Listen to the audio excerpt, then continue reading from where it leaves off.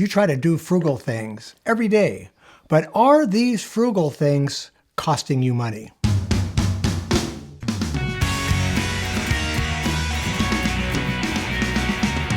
Hi, I'm Hope. And I'm Larry. From Under the Median. You know, it seems like there's like about 1 million financial strategies and tips that you can choose to follow. But the frustrating thing is when you see people using these strategies and they seem to be working for them, but then when you try the exact same thing, you feel like it doesn't help you at all, or even worse, it puts you further into a financial hole. In this video, we'll take a look at 9 cost-cutting strategies, which Larry and I have personally tried. Then we'll tell you why each one of them actually became a problem area for us. And along the way, we're going to give you solutions so that you can actually use the exact same strategies and they will work for you. Stick with us until the end of the video where we'll reveal 3 top money mindset roadblocks. Now, these roadblocks will always lead to frustration and a lack of seeing any real savings every single time. And that's no matter what financial strategies you are currently using. Number 1, going to garage sales. Well, what's the problem with going to garage sales? How could that possibly be a problem? That's definitely a frugal strategy, right? Garage sales save you money, don't they? Kind of. Here's the problem with garage sales. You are constantly putting an ever-rotating sort of panorama of savings opportunities and things to buy in front of your face on a consistent basis. When Larry and I had some great big goals that we were trying to reach, we sort of reached real deeply into our finances and looked at where we were spending our money. And one of the areas that came up consistently over and over again was garage sales. So we started to look at why this was actually a problem for us. And then we actually came up with a solution. So our solution was? The solution was to decide exactly which sales you're going to go to. Maybe there's some really good neighborhood sales in your area.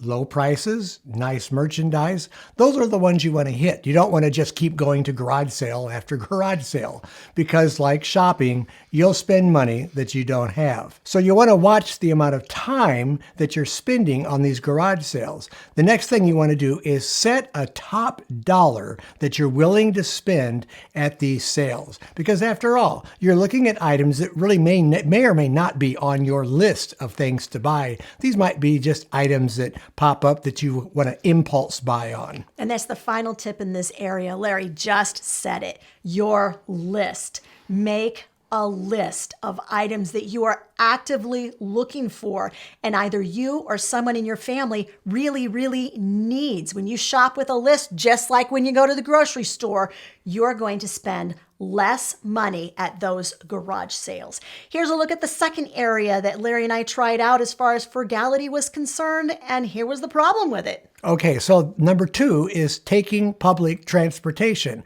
And you know, I did this for 2 years. Yep. When gas shot up near $4 a gallon in the U.S., I left our Crown Vic, which has a V8 engine in it. I left that car in the garage, and for $1 each trip, I could go down to the downtown and back home. So that became cheaper than driving that car. Now, granted, we understand that some of you live in rural areas. Public transportation isn't even an option for you. By the same token, some of you live in areas where public transportation is the only option for you. So what we're going to tell you as a solution is ideas to evaluate your mode of transportation, no matter what that is. Now, when it came to public transportation, the thing that Larry and I instantly did was say, gas is $4 a gallon. It's not too far from that right now in the Midwest, guys. Tell us in the comments section what gas is running right now in your area, because I'm willing to bet some of you, especially those of you watching in the UK, I know it's way over $4 a gallon for you. And so take a look at that and then do the math. How much is it really costing you to go to and from work? And if that's more than $4 a gallon, you want to take a look at your public transportation system and see, is there an easy route to get from your house to where you work and back again? If there is, honestly, Larry sort of enjoyed the commute. It was a half an hour each direction where you could read the paper and drink your coffee. We had a nice group of people in the morning. There was an engineer and there was a chemist who worked at a lab, and we had a great time just chatting. I read books. It was kind of nice.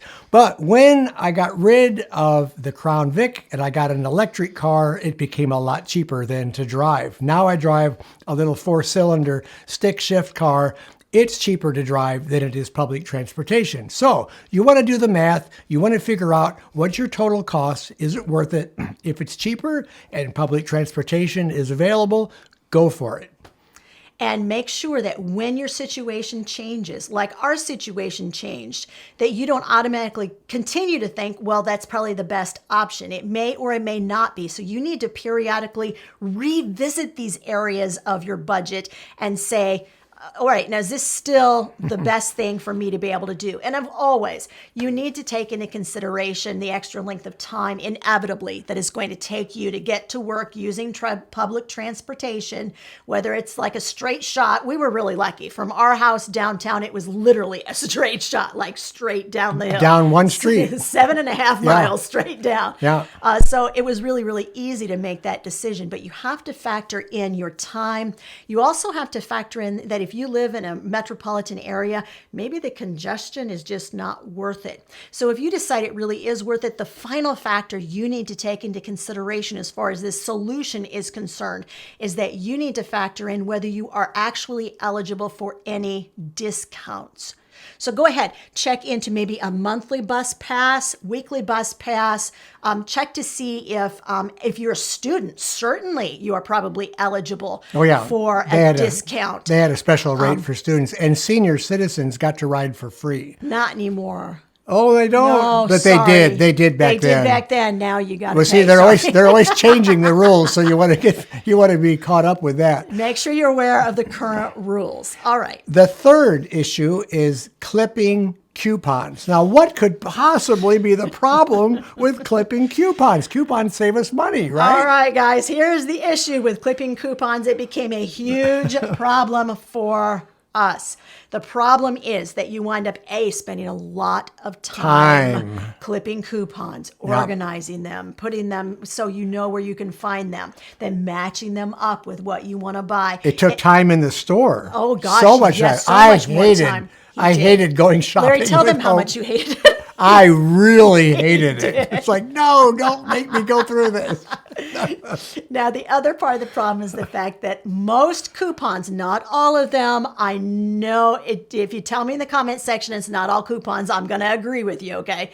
Not all coupons are for food, which is, highly expensive and highly processed. Now, not all of them, but an awful lot of them are. Yeah. They're for high-priced products that you would never buy in the first place. And you find yourself, because it's a deal, stuffing your cart with more and more and more of those products. But we have a solution, guys, so that you can use this effectively. So the solution is do a coupon analysis. How much time are you spending on it? Are you sourcing the coupons free, or are you paying for them? The next thing you want to ask yourself in the analysis is, what is the quality of products you are buying with your coupons? Be honest, guys. Would you buy this product if you didn't have a coupon for it?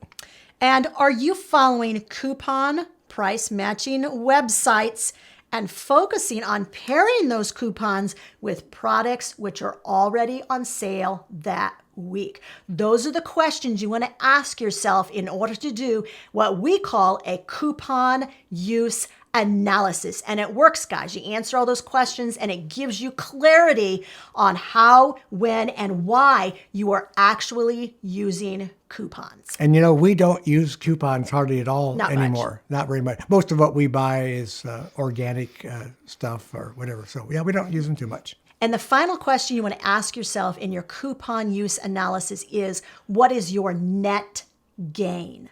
So how much money are you spending to actually get the coupons every week?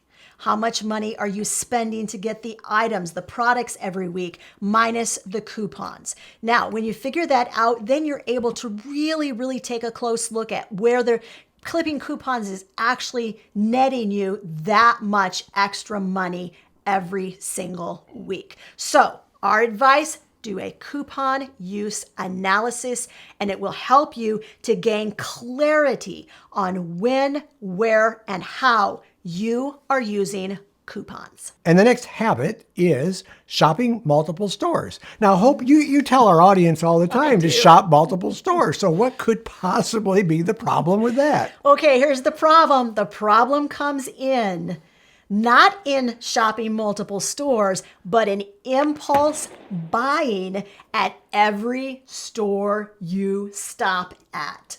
Now, if you are using a list, if you are skimming off the loss leader items, we've talked about this in some other videos, guys, where those loss leader items are the items that are generally on the front of the sales flyer. They're ultra low priced items. If you are making a list of all of those items at each of the stores that you visit, and you are walking in and buying those items and only those items, then you're saving money. But if you are allowing yourself to linger in the store, look around just to see if they have anything else for sale, I guarantee you are spending more money at each of those stores than you ever anticipated that you would. Now, we're going to give you some solutions that are going to help you to actually shop multiple stores and do it in a way that saves you money. But first, there's one more issue with shopping multiple stores you need to take into consideration, and that's the amount of gas that you're spending and also the amount of time. Time is money, and so is your gas. Those are great points. All right, let's get to the solution.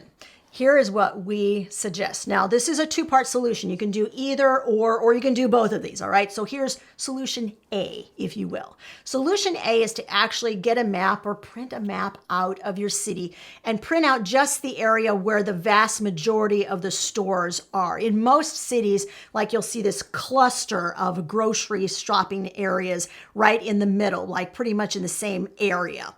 Go ahead and get out a compass and circumscribe around that area. Figure out how big that area actually is. Here's an example. In our town, we have no fewer than 5 or 6 different shopping establishments within about a 2 or 3 mile circle.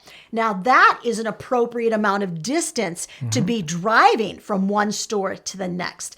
But if it were spread out a lot more than that, then you're getting into a lot of time and a lot of money for gas in order to do that. In that case, you might want to do solution B, which is, Larry? You can map out the stores that you'd like to stop at that are in a certain vicinity and just plan ahead and go to those stores when you're in that area.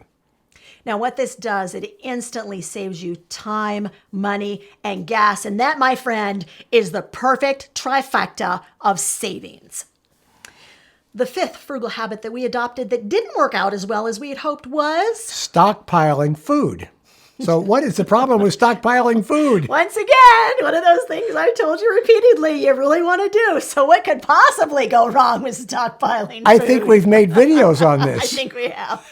Okay, the problem comes in when you are buying food that is perishable and you find a great deal and they're like, yes, and you fill your shopping cart and it looks so pretty, doesn't it? And you come home and you have absolutely no plan whatsoever to use up that food that you have brought home at a terrific price before it goes brown and limp and rancid. And well, you get the idea, right? So you wind up throwing out a whole lot more than you ever intended. So here is the solution. If it's fresh food, have a plan to use it up or preserve it for later use. You might freeze it, package it, freeze dry it. Lots of ways to preserve Dehydrate food. it. Yeah.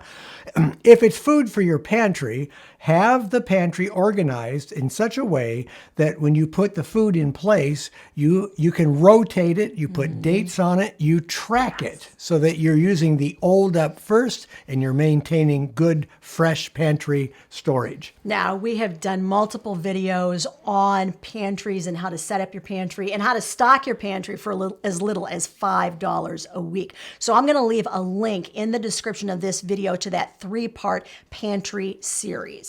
And speaking of free things, Hope has written a really super helpful ebook called 10 Ways to Radically Reduce Your Expenses. It's absolutely free. Grab your copy and we'll leave a link in the description below. All right, now back to more frugal tactics. And what could possibly go wrong with these frugal tactics? All right. Number 6 is keeping aging appliances. Problem with that, Larry. Well, you don't want to replace that old refrigerator because it costs a lot of money. Or it's paid for, it works. Maybe you don't want to replace that old freezer that's out in the garage or down the basement. Oh, maybe like that's what we've done. It's working just fine. What's the problem with that? What was the problem with that, Larry? Well, the problem was, in fact, we had a real little 6 cubic foot freezer. It was using 3 times as much energy. It was from the 70s. Oh, easy. Than our new energy efficient freezer is using. And the same is true with an old refrigerator. It's using up a lot of energy because they were not energy efficient back then. And appliances have gotten to be a lot more efficient. All right, now we're going to give you the solution. The solution involves doing a little bit of math and a little bit of work on your part to figure out exactly how much energy that aging appliance is using. So one of the solutions is get yourself a kilowatt meter. That will tell you exactly how much your item is using. It'll also give it an assessment over time so you know how much money you're putting in to running that item. And then once you've done that and you decide, hey, I'm using way too much electricity, then you'll need a budget for replacing that item. And we suggest, of course, that you make that a short-term goal and that you save up in cash to pay for that new refrigerator or freezer or whatever it is that aging appliance that you are replacing. Mm-hmm. Number 7, Larry, I'm going to let you tackle this because I know. Go ahead. Number 7 is planting a garden. Now, we are not gardeners. We have tried this many years. We have put money, big money into trying to start a garden with very little fruits of our labor. That was a good joke. That was a nice pun, by the way. So, Larry, which one of us has been responsible for these gardening efforts? That would be me. All right, so the problem was, yes, I kill all things green. And I don't do it on purpose, guys, but I have like these visions of gardening in the city and having everything green and producing our own food. And I've epically failed. So here's another just really common problem is you don't take all of the cost of gardening into consideration in the first place. Yeah, because there's soil you have to buy, maybe some fertilizer for it, the seeds. And if you're doing square foot gardening, you got the wood to buy. There's a lot of work to preparing a garden and money that goes into it. Okay, so we have a solution, really, because y'all know that even though I've epically failed at this multiple times, it's my goal. It is like one of my life dreams to be able to garden and actually produce some of our own food. So my solution is to get some help, seriously.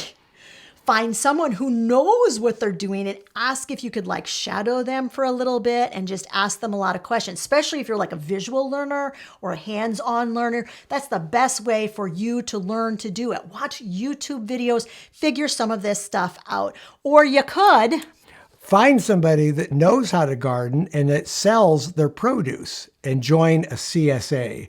Or maybe you've got a really good roadside vendor that you can buy fresh fruits and vegetables from. But find a way to supply really good food from gardens if you're not able to produce them yourself. Now, if you're unfamiliar with that term CSA, that stands for Community Supported Agriculture, the long and short of it is you pay a membership up front at the beginning of the year, and every week throughout the growing season, you receive a bushel basket full of fresh produce from that farmer with whom you have signed up for their CSA. We love this. We have been CSA members for well over a decade. I'll bet it's 15 years now.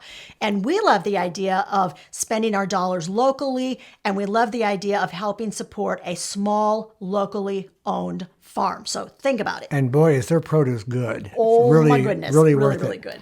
The next habit on our list is buying based on price and not quality. Now, we have talked about this before. We have. We talked about the difference between frugal and cheap. We'll make sure you can watch that video. There'll be a link in the description of this video. So basically, you want to make sure you're buying what? Good quality items that will last and serve you a long time. Yeah. So the problem with buying based on price alone is the fact that most of the time there's a reason that they're priced lower, right? They're not made as well. Right. They will wear out far more quickly. One of the examples that we've used is putting money into good shoes, because if you buy a good pair of leather shoes, you may pay $100, but that pair of leather shoes is going to last you a long, long time compared to shoes which are not. The other shoes you're paying less, but you're going to replace them every single year. I know. I wore good leather shoes when I worked outside the home. I worked 40 hours a week in an office,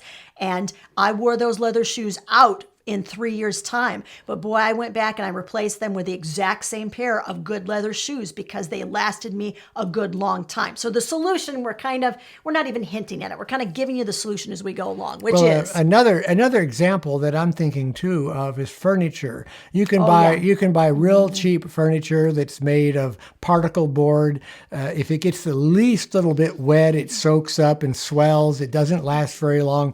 It literally falls apart. Yeah. If you buy items made of good hardwood, you might have to buy older items to be able to afford them, maybe some used furniture. It's certainly worth it. We have a table upstairs, our dining room table. We think it was made around 1880, 1890. It's a tiger wood table. That will get easily passed down to maybe 2 or 3 more generations before it wears out. So items that are built well, built to last, might cost you a little bit of money up front. They'll save you a lot of money in the long run. So our advice in relation to this solution also is to figure out exactly what you want. Figure out what you want, what you need, and set a price point that is realistic. And then bide your time. Wait until that perfect moment when you find what you want at a price that you are willing to pay. And then go in there with cash and snag yourself that deal. The next item on our list is the always getting free shipping from Amazon. Oh boy, it's free. This is for those of you who are not Amazon Prime members. We're going to throw that in there because those of you who pay for Amazon Prime, y'all get free shipping all the time. And we're not. We're not. We're not. We're not. A lot of you actually told us how much you loved Amazon Prime, and we gave it a try. We did the 30-day trial, and I'm sorry, it just was not our thing. So we still don't have Amazon Prime. So for those of you who are like us, how often do you find yourself going, I don't know, what can I add to that cart? Because I got to get to that magic $35 number or whatever Amazon free shipping is at that moment. We all do. And that's the problem. The problem is you wind up sitting there aimlessly spending money going, well, you know, that big bag of Tostitos, that looks real good. Let's throw that on there. It's stuff you never intended to buy in the first place. And you're doing it to get free shipping. That's the problem. Here's the solution, guys. We got a solution for you. Buy expensive items off of Amazon. That's not the solution, but I actually think that's a very funny solution. The real solution is... Okay, the real solution is see if a friend wants to go in with you on an order, and then you can collaborate and get that free shipping, and then you're not buying items you don't need.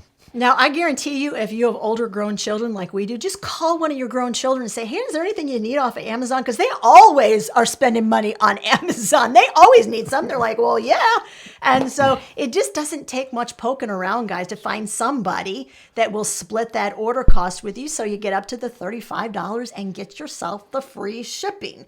But you should never find yourself throwing stuff in there you don't really want or need in the first place in order to get that free shipping. Are you saying that Amazon Prime is not really a good deal? Actually, I'm not saying that. I think that if you use Amazon consistently and you really enjoy, like, I know it comes like with the free movies now, right?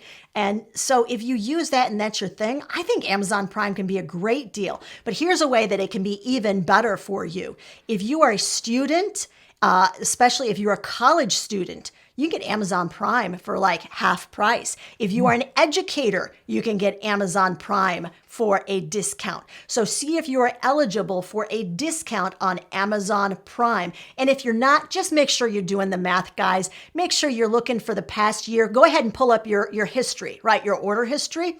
Say, how many times in the last 12 months did I really order off of Amazon? And had I not gotten the free shipping by getting to that magic $35 number. Had I not gotten to that point, how much would shipping have cost me? Just make certain that what you're doing makes good fiscal, financial sense. And if it does, go ahead. You won't hear anything from us. Get that Amazon Prime account. And we're going to leave a link in the description of the video. It'll be under the recommended resources section for this video. And it's a link to Amazon Prime. So you know what? If you're not a member, you're not going to check it out, go ahead and click on that link. Now let's talk about some mindset roadblocks. We promised you, if you stuck with us toward the end of the video, we were going to share the top 3 money mindset roadblocks. Now, these roadblocks will keep you from saving money every single time, no matter what financial strategies you are currently using to try to save money. The first one is focusing on little minute details instead of the big picture. Have you ever seen a child looking through like a paper towel roll? Yes. It's almost like a telescope. It allows you to see just a real little bit through it. And that's what this reminds me of. You're looking through such a narrow lens that you're missing the big picture. So in other words, you are looking at one single area in which you actually are saving money and saying, look at all this money I'm saving.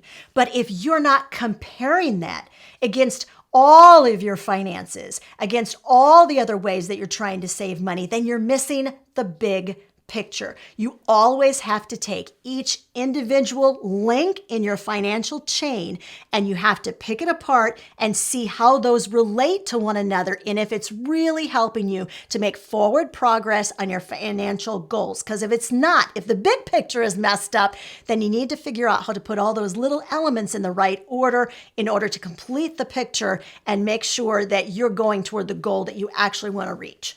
The next mindset roadblock is not being willing to try new things. And I'm a little guilty of that. I don't like doing new things. I like the tried and true and the old path. So what would you recommend there? Well, first of all, give us an amen if you are with us, because we all have these things that we get into and we're like, well, I just like the way this is working. I'll give you an example. We have been on the hourly savings plan for our utility company for about 3.5 years now. And when we sold the electric car in the spring, in what, March? It was actually April, in February. It was in February. It feels like March or April. It was February. Yeah, it was February, yeah. And I've been watching it. And consistently, we are spending more money now that we are not charging the electric car overnight. We're spending more money. The utility company has been telling me you are spending more money by being on the hourly rate program than you would be if you were on the flat rate program. So we're losing money on our current plan. Yes, and yet I hung in there. I kept thinking, this is an anomaly. We've had this program for 3 years. We love this. I'm not going to change. Well, you know what? It's been 10 months and that savings has not sort of, come out of the blue and all of a sudden come back to me again. We're still losing money. So when you get so stuck in, well, I just really like this. I'm comfortable with this. I don't want to change. You wind up losing money and somehow internally, you are, but you just hate the change so much that you don't want to make that change.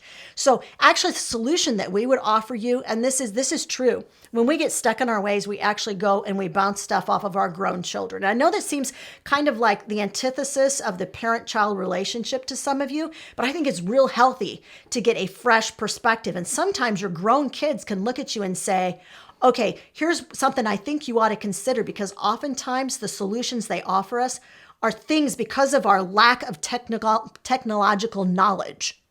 It's stuff we're completely unaware of. And yet, because they've grown up with the internet and with technology, they're aware of these things and we simply are not. The next mindset roadblock is not clearly stating your goals. Look, if you don't know where you're headed, you're probably not going to get there. In order to make forward progress, you have to have a goal. It needs to be written. And we've said it on this channel before, but we're going to say it again because it bears repeating. If you have a goal and it is written, and you keep it consistently in front of your face and track your progress on that goal, you have a 70% greater chance of reaching that goal than if you never wrote it down in the first place. We want you to have clearly stated, clearly thought out goals that actually have a deadline to them that say, I would like to do this and I'd like to do it by this date. When you do that, you're far, far, far less afraid of doing those first two things, of making changes. You get that change phobia out of the way. And when your goals are in front of you, you stop focusing on the minute details of your financial picture and you focus more clearly on the bigger financial picture. So that third actually mindset roadblock sort of helps alleviate the problems that are inherent in the first two roadblocks. Now, if you want to make some changes in the new year and you want to set some goals, we want to tell you, we got a couple of things to share with you. One is that on this channel in January, we are going to be focusing heavily on helping you to create those goals for 2022, to set up that budget, to pay off that debt. And we're going to talk about it all in January. So if you're not subscribed, you want to make sure that you are and you've hit that bell notification button. And if you're ready to hit some goals and you need some more strategies, we've got some for you. We have a free copy of 10 ways to radically reduce your expenses. It's an ebook. I wrote it. It's absolutely free. There's a link to request your copy in the description of this video.